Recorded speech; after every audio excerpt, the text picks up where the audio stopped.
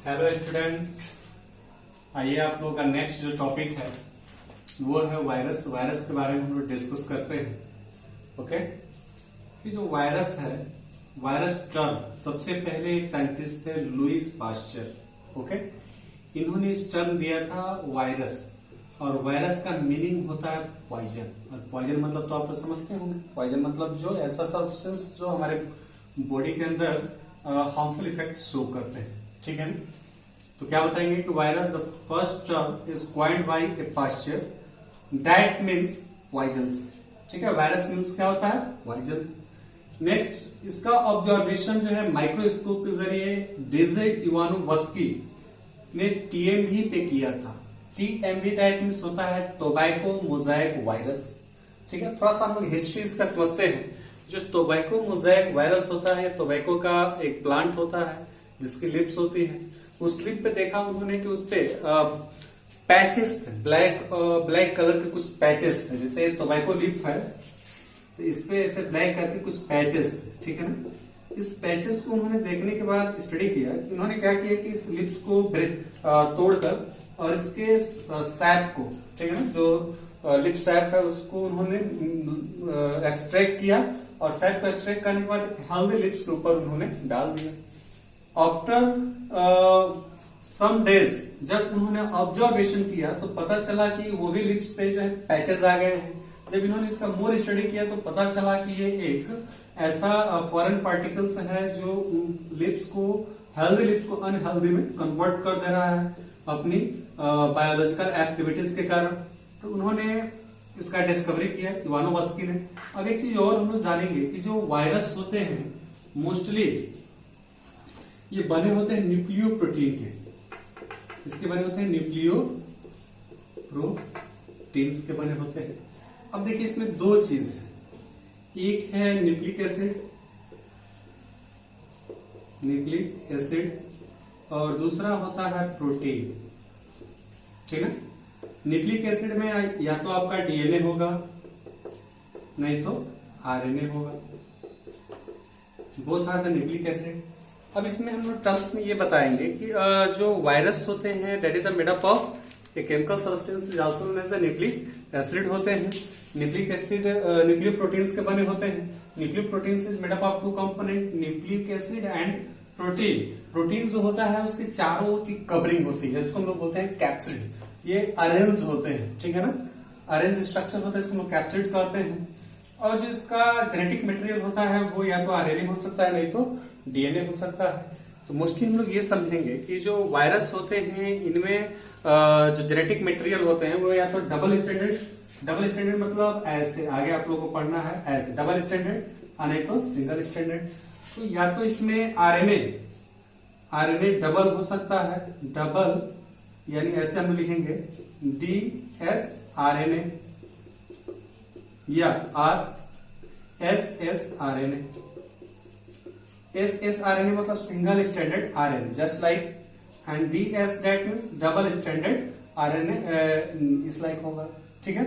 अब इसमें क्या होगा कि जो डीएनए है, डीएनए भी डबल स्टैंडर्ड हो सकता है या सिंगल स्टैंडर्ड भी हो सकते हैं। अब स्टडी करेंगे कि जितने भी प्लांट वायरस होते हैं इनमें जो डीएनए होते हैं have the single standard RNA.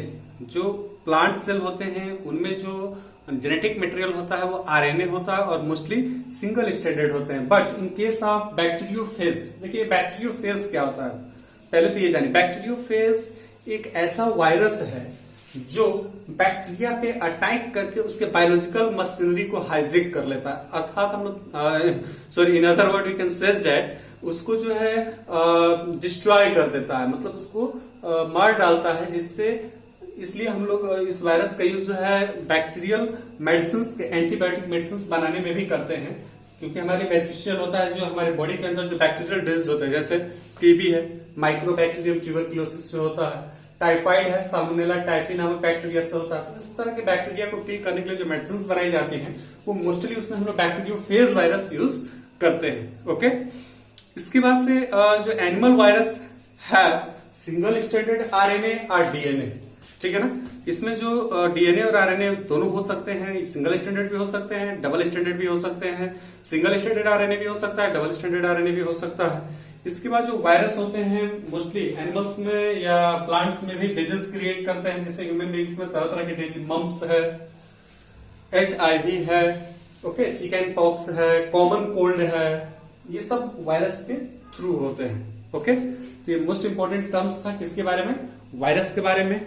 Next एक वर्ड है हम लोगों का वायराइड्स, एक वर्ड दिया है विरियोइड्स, ठीक है ना। विरियोइड्स क्या होता है, एक इन्फेक्शन पार्ट होता है, मतलब एक इन्फेक्शनस एजेंट्स होते हैं।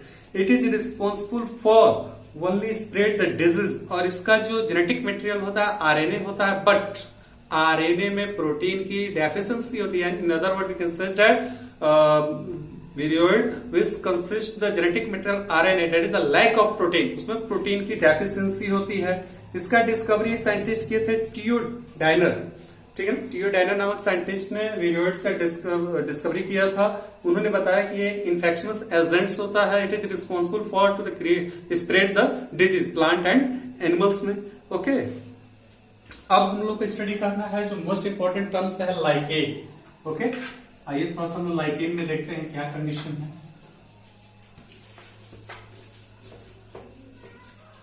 देखिए लाइकेन्स के बारे में हम लोग थोड़ा समझ लें।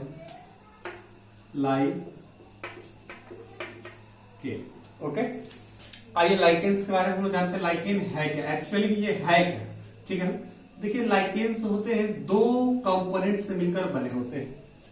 कौन कौन से भाई, माइकोबियोन्ट, ओके, फर्स्ट होता है माइकोबियोन्ट्स और सेकंड होता है फाइकोबियोन्ट्स, फाइकोबियोन्ट। अब ये माइकोबियोन्ट क्या है और ये फाइकोबियोन्ट क्या है। देखिए फाइको जो बियोन्ट होता है इसके अंतर्गत आता है एल्गल कंपोनेंट, एल्गल कंपोनेंट, और इसके अंतर्गत आता है फंगल कंपोनेंट, ये एल्गल कंपोनेंट हो गया और ये फंगल कंपोनेंट हो गया।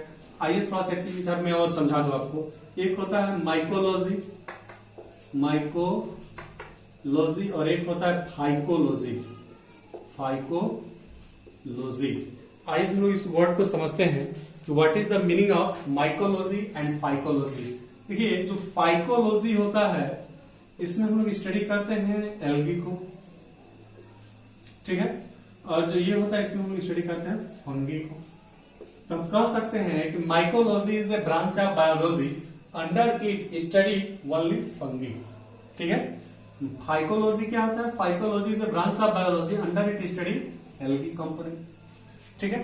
तो हमको पढ़ना है लाइकेन्स के बारे में। तो देखिए लाइकेन जो होता है सिंपली आपका इस टाइप का स्ट्रक्चर होता है, ठीक है, और ये सिम्बियोन्ट शो करता है, सिम्बियोन्ट्स या सिम्बियोसिस भी हम लोग इसको बोलते हैं, सिम्बायोसिस भी करते हैं हम लोग इसको।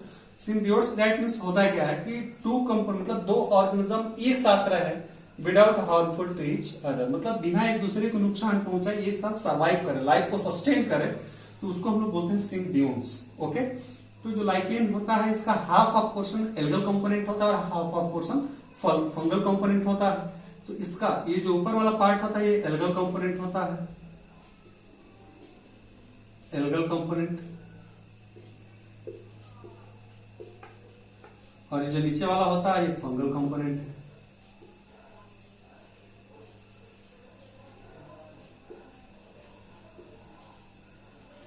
ठीक है ना, ये फंगल कंपोनेंट, और ये सबस्ट्रेटम से अटैच होता है, इसका फ्रूट पार्ट है, ठीक है। अब देखिए एल्गी के पास जो है क्लोरोफिल होता है, due to the presence of a chlorophyll it has ability to form to their own food by the process of photosynthesis. Okay, लेकिन ये फूड तभी प्रिपेयर करेगा जब इसको रॉ मटेरियल चाहिए, तो रॉ मटेरियल देने का काम कौन करता है, फंगल कंपोनेंट। यहाँ पे इसके बेस पे ऐसे रूट्स लाइक प्रोजेक्शन होते हैं, but that is not roots, it is also known as rhizoid. Rhizoid root like structure है, एक्चुअल रूट नहीं होता है, बट इसका वर्क जो होता है रूट की तरह होता है। ये मिनरल्स और वाटर एब्जॉर्ब करता है और एब्जॉर्ब करके देता है किसको, एल्गल कंपोनेंट को, और एल्गल कंपोनेंट के पास ऑलरेडी क्लोरोफिल है, ये है, सनलाइट लेगा वो और लेकर फोटोसिंथेसिस के थ्रू फूड बनाएगा, और उस फूड को दोनों आपस में क्या करेंगे, डिस्ट्रीब्यूट कर लेंगे, और इस तरह से अपनी लाइफ को सस्टेन करते हैं, और इस प्रोसेस को हम सिम्बायोटिक्स कहते हैं। I hope that you can better understand, I am right, okay. आइए, आप लोग समझ गए होंगे। एक चीज आपको बहुत ही इंपॉर्टेंट टर्म्स बता दें कि जो लाइकिन होता है, it is commonly known as the indicator of pollution. जो पॉल्यूशन होता है उसका इंडिकेटर माना जाता है। ऐसा क्यों मानते हैं, तो एल्गल उन्हीं जगहों पे पाए जाते हैं जहां पॉल्यूशन कम होता है, ठीक है, या जहां पॉल्यूशन नहीं होता वहां पे इनकी क्वांटिटी बहुत ज्यादा होती है। लेकिन जहां पे पॉल्यूशन होगा उस एरिया में ये धीरे धीरे डिस्ट्रॉय एक्सटिंक्ट होने लगते हैं, ठीक है ना। तो आपसे अगर पूछा जाए कि लाइकिन को हम लोग एक दूसरे किस नाम से जानते हैं, तो that is the indicator of pollution, okay. इसके बाद एक चीज इसका और काम है, लाइकेन से ही लिटमस बनाया जाता है। आप लोग पढ़े होंगे इंडिकेटर्स के बारे में कि जो एसिडिक और बेसिक मीडियम को आइडेंटिफाई करने के लिए हम लोग इंडिकेटर जो यूज करते हैं उसमें एक लिटमस आता है, ठीक है ना। तो लिटमस जो होता है, litmus is obtained from the lichen, ठीक है। तो लिटमस को हम लोग कहां से आइसोलेट करते हैं, लाइकेन से। That is the most important terms for the lichen. Your chapter will be finish, okay. Next chapter start in the next video. Thanks.